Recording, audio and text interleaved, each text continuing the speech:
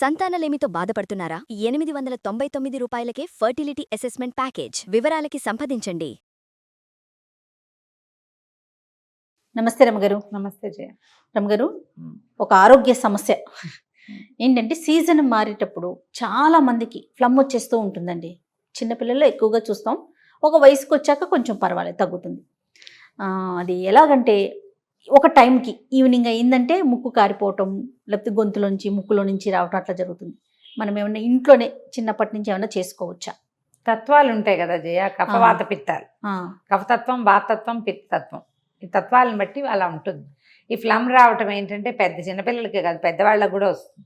Okay. ఈ సింపుల్గా ఇప్పుడు రాత్రి పడుకున్నప్పుడు ఏముండదు, తెల్లారిసరి గొంతులో ఫ్లమ్ వచ్చేస్తుంది. అవును. సైనసైటిస్ ఉన్న వాళ్ళకి అదొక పెద్ద సమస్య. కాస్త చల్లగాలి తగిలినా, కాస్త మంచినీళ్ళు ఎక్కువ తాగినా, ఏదైనా చల్లటి తిన్నా, పెరుగు తిన్నా, మజ్జిగ తిన్నా, సొరకాయ కూర తిన్నా వచ్చేస్తాయి. చల్లదనం తగిలితే వచ్చేస్తుంది. అవును. వీళ్ళు వాళ్ళ ప్రకృతిని బట్టి వైద్యం చేసుకోవాలి. సాధారణంగా ఏంటంటే రాత్రిపూట మనం స్వీట్స్ చక్కెరతో చేసినవి తిన్నా నాకుంది ఆ సమస్య. తర్వాత మజ్జిగ పెరుగు వేసుకున్నా, తెల్లారేసరికి పుచ్చకాయ ముక్కలు అలాంటివి నీటికి పళ్ళు ఉంటాయి కదా, పుచ్చ, తర్వాత ఏమో తర్బూజాలు లాంటివి, ద్రాక్ష పళ్ళు, దానిమ్మ గింజలు, సి విటమిన్ ఎక్కువగా ఉన్న కమలాలు, బత్తాయిలు లాంటివి రాత్రిళ్ళు తిని పడుకున్నాం అనుకో, తెల్లారేసరికి అలా సంగతుల వచ్చేస్తుంది. ఓకే. పంచదార తగిలితే వచ్చేస్తుంది కొంతమందికి.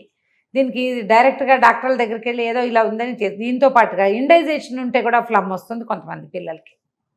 డైజెషన్ బాగుండకపోతే అలా మ్యూకస్ మెంబ్రెన్స్ నిండిపోతాయి, ఇవంతా ఇదిగా ఉంటుంది, బరువుగా ఉంటారు, అన్నం ఎక్కదు. ఫ్లమ్ ఉంటే అన్నం ఎక్కదు, బరువు, గుండెల్లో బరువుగా ఉంటుంది. ఈ తలకాయ నొప్పులు ఇవన్నీ కూడా. దీనికి బేసిక్ కొన్ని థింగ్స్ మానేసుకోవాలి. ఫ్లమ్ వచ్చే తీరున్న వాళ్ళు, జలుబు చేసే తీరున్న వాళ్ళు చల్లదనాన్ని అవాయిడ్ చేసేయాలి. ఓకే. రాత్రిపూట సాయంకాలం అయ్యాక ఇంకా వాటర్ ఇంటేక్ తగ్గించేసుకోవాలి.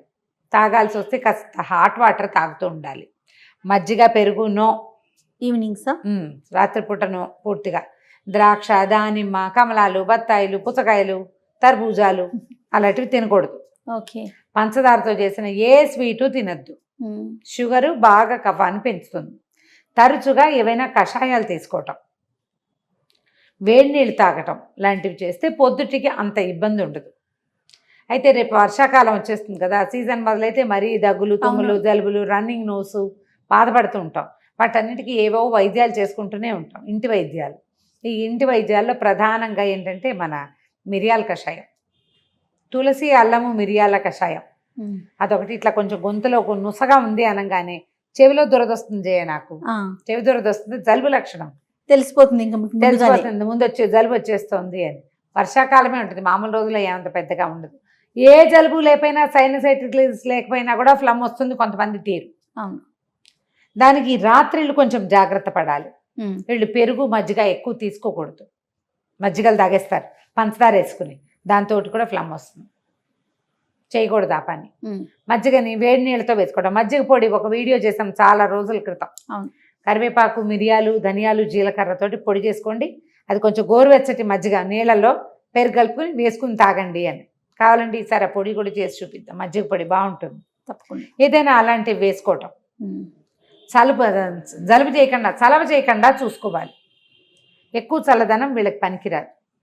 ఇంటి చిట్కాకి మిరియాల కషాయం, అదే చెప్తున్నారు. మిరియాల కషాయం ఏముంది, ఒక గ్లాస్ నీళ్ళు స్టవ్ మీద పెట్టడం, ఒక 6-8 మిరియాలని దంచి నీటిలో పడేయటం, గ్లాస్ నీళ్ళు 3/4 గ్లాస్ అయ్యేదాకా మరిగించండి. ఓకే. ఓ పెద్ద గ్లాస్కి 12 మిరియాలు సరిపోతాయి. ఇంకా స్ట్రాంగ్గా చేసుకుని ఇంతే తాగుదామంటే మీ ఇష్టం. ఇది టీలాగా చేసుకోండి. ఫ్లమ్ ఉండే తీరున్న వాళ్ళు రెగ్యులర్గా అంత కషాయం తీసుకుని, ఇంత గ్లాస్ తీసుకోవద్దు, చిన్న గ్లాస్ తీసుకోండి. మిరియాలు చాలా, మిరియాల కషాయం చాలా బాగా పనిచేస్తుంది, ఇంకేం వేయక్కర్లా. అది ఫ్లమ్ని తగ్గిస్తుంది.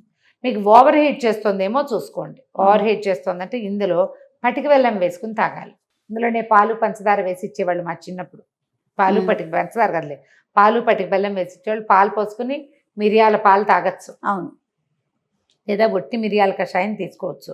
కొద్దిగా జలుబు కూడా చేసినట్టు అనిపిస్తే ఓ ఇంత అల్లం ముక్క, ఒక 10 మిరియాలు, 4 లేదా 5 తులసి దళాలు వేసేసి ఒక గ్లాస్ నీళ్ళల్లో వేసి, ఇది కొలత నేను పెద్ద గ్లాసుకి చెప్తున్నా, మరిగించండి. ఇంటిల్లిపాది తలా 1/4 గ్లాసు పుచ్చుకోండి.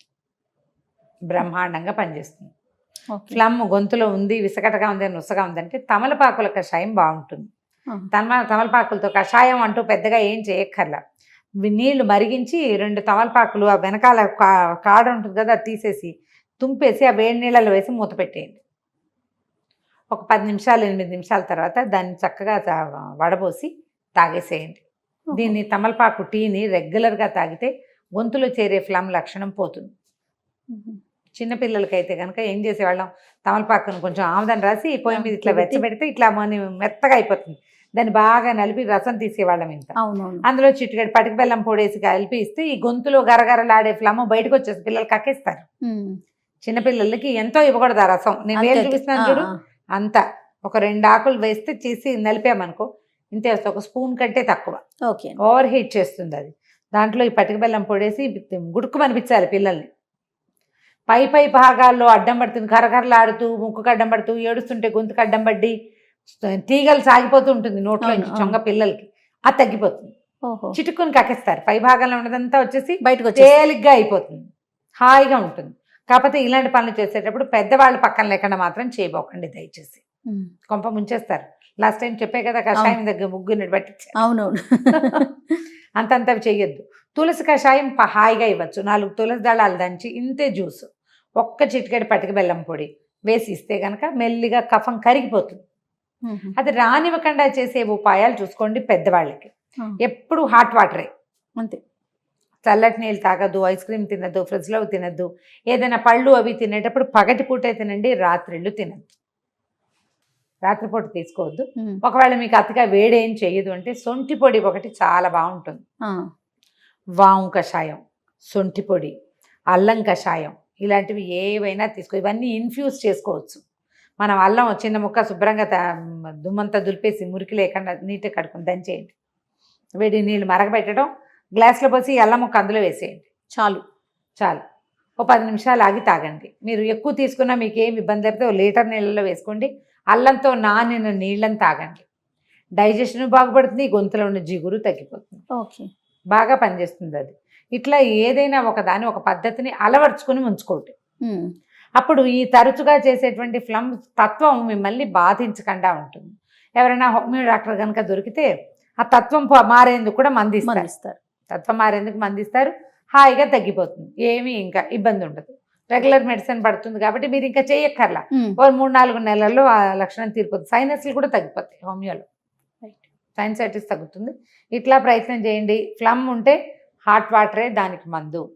స్టీమ్ పెట్టుకోవడం రమ్మ గారు, స్టీమ్ పెట్టుకుంటే ఈ మొహాలు సైనస్లో అవి బిగిసిపోయి ఉంటాయి కదా, లూజ్ అవుతుందా? అవి లూజ్ అయిపోయి ముక్కు రన్నింగ్ నోస్ వచ్చేసి కొంచెం తేలికిస్తుంది. ఓకే. మేము ఇంకో పని కూడా చేసాం. నిరుడు లాస్ట్ ఇయర్ ఇట్లా ఫ్లమ్ మొహం పట్టేసినట్టు జలుబు, పొయ్యి మీద పెనం పెట్టడం, దాని మీద నాప్కిన్ వేసి వేడిది కాచుకుంటే ఇవన్నీ కరిగి మొత్తానికి లూజ్ అయిపోయి హమయ్య అని తలనొప్పి తగ్గిపోతుంది అనమాట. చేసాము అట్లా. ఆ లక్షణాలు వచ్చినప్పుడు అది చేసుకోవాలి. మామూలు జలుబు కాదు అది, మొహంలో పట్టేసినట్టు ఉంటుంది, భారంగా ఉంటుంది, మొహం బరువు, ముక్కులో ఇది ఉంటుంది, జిగురు బయటికి రాదు, అమిత బరువుగా ఉంటుంది, తలకాయ నొప్పి. అలాంటప్పుడు అది పనిచేస్తుంది. రైట్. నమస్తే రమ్మ గారు. నమస్తే.